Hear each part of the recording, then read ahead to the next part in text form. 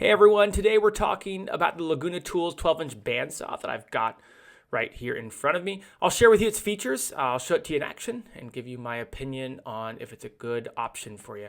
I've owned a jet bandsaw prior to this, so I do have a lot of experience using these saws.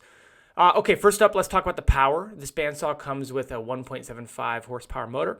I found it to be more than sufficient for my needs, and I use it quite a bit. So from like hardwoods to softwoods, the saw has not struggled yet. One of the standout features about it is the 12-inch resaw height. As you can see right there, it's been really helpful in resawing larger pieces. If you're into veneering, you'll really appreciate that feature. For example, I've used it to like cut big trees down, to make firewood out of it, a whole host of different things. Let's talk about the design.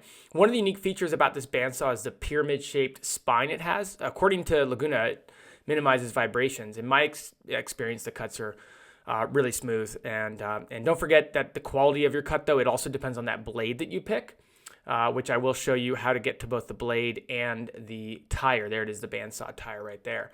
The Laguna bandsaw, it features this micro-polished tabletop, which I really like. It's sturdy, it's elegant, it's nice, it looks great. But it also makes sure that workpiece slides across your tabletop. Compared to my jet, this Laguna makes larger cuts. It makes smoother cuts, it runs smoother, and it's more adjustable and more powerful. So I do like it a lot better. Okay, hope this helped.